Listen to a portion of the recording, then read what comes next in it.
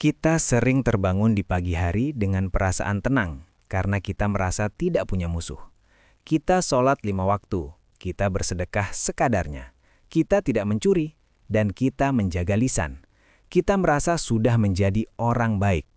Namun, pernahkah kita bertanya di tengah sunyinya malam, apakah kebaikan ini cukup untuk menahan laju kerusakan zaman? Ustadz Adi Hidayat sering menekankan perbedaan mendasar antara saleh, baik untuk diri sendiri, dan muslih, melakukan perbaikan untuk orang lain. Orang saleh dicintai oleh lingkungannya karena dia tidak mengganggu. Namun orang muslih seringkali ditantang karena dia membawa perubahan. Di ambang krisis global yang kita hadapi, baik itu krisis ekonomi, moral, maupun disintegrasi sosial, menjadi sekadar orang baik adalah sebuah kenaifan yang berbahaya. Bayangkan sebuah kapal besar yang sedang mengarungi samudra luas. Di dalam kapal itu ada ribuan penumpang. Sebagian besar adalah orang-orang baik. Mereka tidak merusak fasilitas kapal, mereka ramah satu sama lain, dan mereka sibuk dengan ibadah serta urusan pribadi mereka di dalam kabin. Namun di bagian bawah kapal, ada segelintir orang yang sedang melubangi lambung kapal. Mereka serakah, mereka lalai, atau mungkin mereka hanya tidak tahu dampak perbuatannya. Apa yang dilakukan orang-orang baik di atas? Mereka tetap berdoa, mereka tetap menjaga kebersihan kabinnya sendiri. Mereka merasa aman karena mereka tidak ikut melubangi kapal itu. Tapi pertanyaannya, saat air mulai masuk, saat badai krisis menghantam, apakah kesalehan mereka di dalam kabin akan menghentikan kapal itu dari tenggelam? Inilah tragedi orang baik. Dalam terminologi Al-Quran, ada janji Allah yang sangat menggetarkan dalam surat Hud ayat 117. Dan Tuhanmu sekali-kali tidak akan membinasakan negeri-negeri secara zalim, sedang penduduknya adalah orang-orang yang berbuat perbaikan, muslihun. Perhatikan kata yang digunakan, muslihun, bukan sekadar salihun. Dunia tidak hancur karena banyaknya orang jahat. Dunia hancur karena orang-orang baik memilih untuk menjadi penonton di pinggir lapangan. Kita terjebak dalam zona nyaman spiritual. Kita merasa cukup dengan yang penting saya sudah sholat, yang penting anak istri saya makan. Padahal saat krisis besar datang, baik itu resesi yang menghancurkan daya beli atau fitnah zaman yang merusak mentalitas generasi, dinding rumahmu yang kokoh tidak akan mampu membendung dampak sistemik jika masyarakat di sekitarmu runtuh. Menjadi baik tanpa misi adalah seperti memiliki kompas tanpa kemudi. Anda tahu arah yang benar, tapi Anda tidak menggerakkan apapun. Ustadz Adi Hidayat mengingatkan kita bahwa setiap amalan kita harus memiliki athar atau bekas. Jika salatmu hanya mencegahmu dari perbuatan keji dan munkar untuk dirimu sendiri, itu baru tahap awal. Tahap selanjutnya adalah bagaimana salatmu membuatmu tidak tahan melihat kemunkaran terjadi di depan matamu. Bagaimana zakatmu bukan sekadar menggugurkan kewajiban, tapi menjadi solusi bagi kemiskinan di lingkunganmu. Krisis tidak bertanya seberapa rajin Anda tilawah di pojok masjid. Krisis bertanya, apa yang sudah Anda bangun untuk melindungi sesama? Saat ekonomi sulit, apakah Anda menjadi orang yang membagikan ilmu kemandirian, atau Anda hanya mengeluh bersama orang-orang yang kalah? Saat moralitas runtuh, apakah Anda menjadi pendidik bagi anak-anak di sekitarmu, atau Anda hanya mengunci pintu rumah rapat-rapat sambil mengutuk keadaan? Persiapan menghadapi krisis bukan dimulai dengan menimbun logistik, tapi dengan mengubah orientasi hidup dari apa yang bisa saya dapatkan menjadi apa yang bisa saya berikan dengan bakat yang Allah titipkan. Karena pada akhirnya, di hadapan Allah, kita tidak hanya ditanya tentang dosa yang kita lakukan, tapi juga tentang kebaikan yang mampu kita lakukan, namun kita pilih untuk abaikan. Pernahkah Anda merenungkan mengapa Anda lahir dengan kecenderungan tertentu? Mengapa ada orang yang begitu tenang saat menghadapi angka-angka rumit, sementara yang lain merasa hidupnya baru dimulai saat ia berbicara di depan orang banyak? Mengapa ada tangan yang begitu cekatan memperbaiki mesin yang rusak, sementara tangan yang lain gemetar haru saat menuliskan bait-bait puisi? Ustadz Adi Hidayat sering mengingatkan kita pada sebuah kebenaran fundamental. Allah tidak menciptakan produk gagal. Setiap embrio yang ditiupkan ruh ke dalamnya telah membawa paket bekal yang unik. Dalam Al-Quran, Allah berfirman dalam surat Al-Isra ayat 84. Katakanlah Muhammad, setiap orang berbuat sesuai dengan pembawaannya, syakilatihi. Kata syakilah di sini bukan sekedar hobi atau kesukaan. Ia adalah divine blueprint, sebuah rancangan ilahi, sebuah kecenderungan alami yang dipasang Allah di dalam sistem saraf dan jiwa kita untuk menyelesaikan masalah spesifik di muka bumi. Di ambang krisis, banyak orang terjebak dalam kepanikan kolektif. Mereka mencoba menjadi segalanya karena takut kekurangan. Mereka yang guru mencoba menjadi pedagang karena panik ekonomi. Mereka yang pedagang mencoba menjadi politisi karena takut ketidakpastian hukum. Hasilnya, kekacauan fungsi. Bayangkan sebuah tubuh di mana mata ingin menjadi tangan dan jantung ingin menjadi paru-paru. Tubuh itu akan runtuh sebelum musuh menyerang. Krisis sesungguhnya adalah cara Allah melakukan filtrasi. Siapa yang benar-benar mengenali senjata yang telah dititipkan kepadanya? Ustadz Adi Hidayat menarik teladan dari generasi emas sahabat Nabi. Rasulullah Shallallahu Alaihi Wasallam tidak mengubah semua sahabat menjadi penghafal hadis saja atau jenderal perang saja. Beliau adalah manajer talenta terbaik sepanjang masa. Lihatlah Khalid bin Walid. Bakatnya adalah strategi militer. Rasulullah tidak memaksanya untuk menjadi ahli waris, faraid, seperti Zaid bin Sabit. Rasul membiarkannya menjadi pedang Allah. Lihatlah Abdurrahman bin Auf. Bakatnya adalah melihat peluang di tengah kemandekan ekonomi. Saat krisis hijrah melanda dan kaum muhajirin kehilangan segalanya, ia tidak hanya duduk di masjid menunggu bantuan, ia pergi ke pasar. Mengapa? Karena itulah syakilahnya.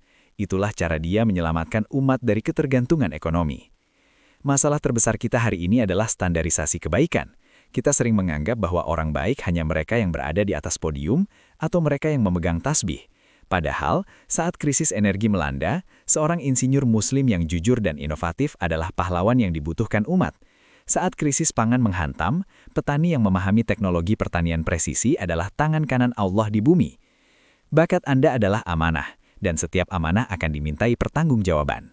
Bayangkan di hari kiamat nanti, Allah bertanya, "Aku memberimu kecerdasan dalam berorganisasi, namun mengapa saat krisis sosial melanda, kamu hanya menggunakannya untuk menumpuk harta pribadimu? Kenapa kamu tidak mengorganisir masyarakatmu agar mereka tidak kelaparan?" Menemukan bakat bukan tentang mencari pengakuan atau popularitas. Menemukan bakat adalah tentang menemukan posisi tempur Anda dalam menghadapi badai.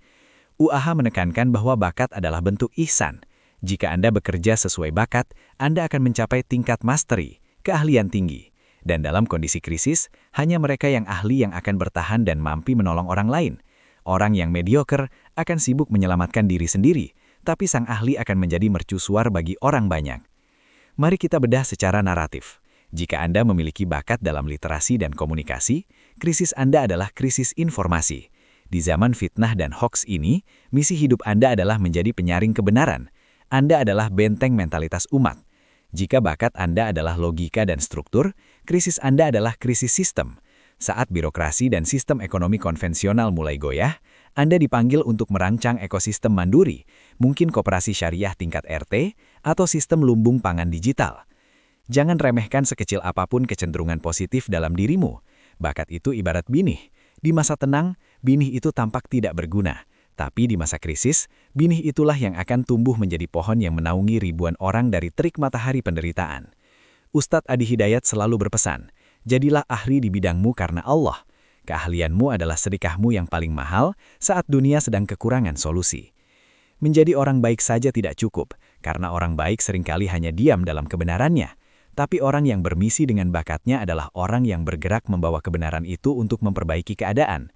Krisis tidak butuh lebih banyak kritikus, krisis butuh lebih banyak kontributor. Maka tanyakan pada dirimu hari ini, jika hari ini adalah puncak dari krisis dunia, apa satu hal yang bisa aku lakukan dengan tanganku, dengan pikiranku atau dengan lisanku, yang orang lain tidak bisa melakukannya sebaik aku? Disitulah letak misi hidupmu, disitulah letak alasan mengapa Allah menghidupkanmu di zaman ini, bukan di zaman yang lain. Persiapan krisis yang hakiki adalah mengasah pisau bakatmu hingga tajam, sehingga saat badai itu datang, kamu tidak lagi bertanya apa yang akan terjadi padaku, melainkan kamu berdiri tegak dan berkata, "Alhamdulillah, Allah telah menyiapkanku untuk saat-saat seperti ini." Mengetahui bakat Anda adalah satu hal, namun menjadikannya benteng bagi umat saat krisis adalah perjuangan yang berbeda. Ustadz Adi Hidayat sering menekankan bahwa setiap muslim harus memiliki setidaknya satu amalan unggulan.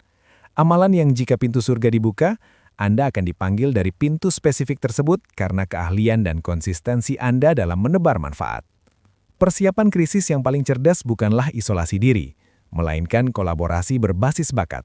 Jika Anda seorang yang mahir dalam manajemen, misi Anda di tengah krisis adalah membangun ekosistem.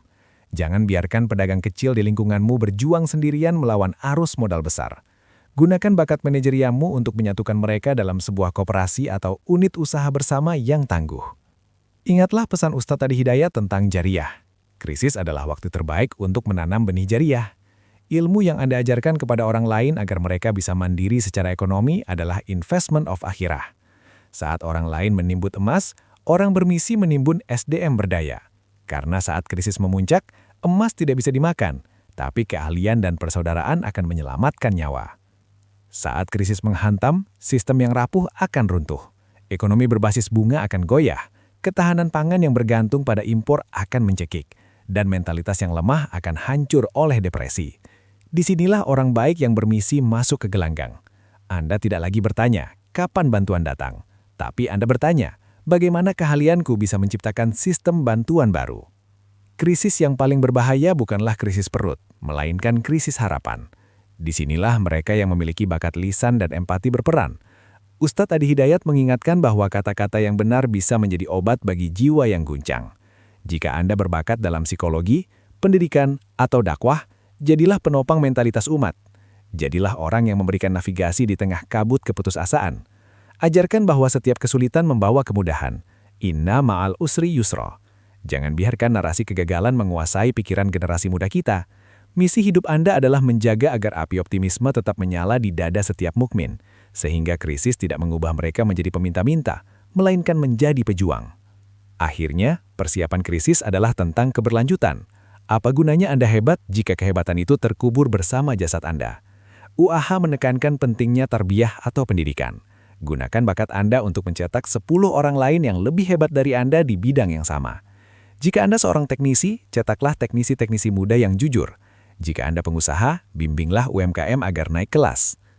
Inilah cara kita mengepung krisis. Kita menciptakan jaring pengaman sosial yang ditenun dari bakat-bakat yang terasah. Kita tidak lagi menjadi orang baik yang pasif, tapi kita menjadi muslih, agen perbaikan yang sistematis. Kita menghadapi masa depan bukan dengan ketakutan, tapi dengan kesiapan karena kita tahu Allah telah menitipkan perangkat yang cukup pada diri kita masing-masing. Saudaraku, menjadi baik saja memang menyelamatkanmu dari neraka, tapi menjadi bermanfaat akan membawamu ke kedudukan tertinggi di surga. Krisis mungkin akan datang, atau bahkan sudah ada di depan pintu. Namun bagi jiwa yang sudah menemukan misi hidupnya, krisis hanyalah panggung untuk membuktikan bahwa Allah tidak salah memilihmu sebagai khalifah di bumi. Asah bakatmu, tentukan prioritasmu, dan mulailah bergerak. Jangan tunggu dunia berubah, tapi jadilah perubahan yang dunia butuhkan. Karena pada akhirnya, bukan seberapa lama kita hidup yang dihitung, tapi seberapa besar bekas kebaikan yang kita tinggalkan di tengah badai kehidupan. Jika narasi ini menyentuh hati Anda dan memberikan perspektif baru tentang arti menjadi orang baik yang berdaya, silakan klik tombol like sebagai bentuk apresiasi. Jangan biarkan pesan ini berhenti di Anda. Bagikan video ini kepada keluarga dan sahabat agar lebih banyak orang yang tersadar untuk mengasah bakat mereka demi menghadapi masa depan. Dan pastikan Anda subscribe serta nyalakan lonceng notifikasi agar tidak ketinggalan update video berikutnya tentang strategi hidup dan pengembangan diri berbasis nilai-nilai langit. Mari bersama menjadi agen perbaikan bagi dunia yang lebih baik.